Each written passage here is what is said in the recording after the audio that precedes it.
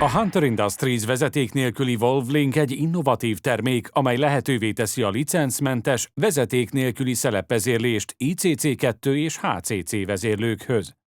Az első vezeték nélküli szelep kapcsolat telepítésének elsajátításához lehet, hogy némi türelemre, a termék megismerésére lesz szükség.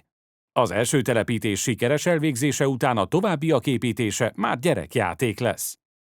Videóink a teljes rendszertelepítési folyamatot bemutatják, így ön kényelmesen telepítheti a teljes rendszert.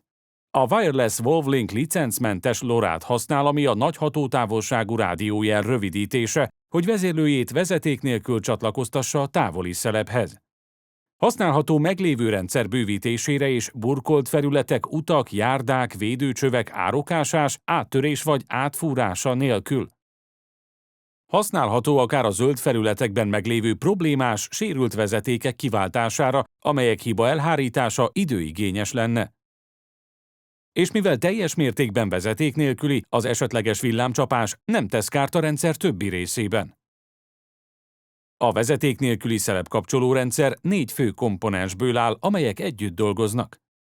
A vezeték nélküli kimeneti modul, rövidítve VVOM, az egyes vezeték nélküli szelepkapcsolatok, rövidítve VVL-ek, amelyek a szerepdobozba kerülnek, opcionális jelerősítő, jeltovábbító a hatótávolság bővítéséhez, Hunter Model RPT vagy RPT-E néven, és egy ingyenes Bluetooth alkalmazás, amely a rendszer beállítására és diagnosztikájára szolgál. 2 fontos tartozék az ANTE XTKIT modell antenna hosszabbító készlet és egy SPVVL típusú napelemes táppanel. Tekintse meg a többi videót is, hogy mélyebben megértse az új vezeték nélküli szelepkapcsolat lehetőségeit. További információért látogasson el a hunterindustries.com weboldalra.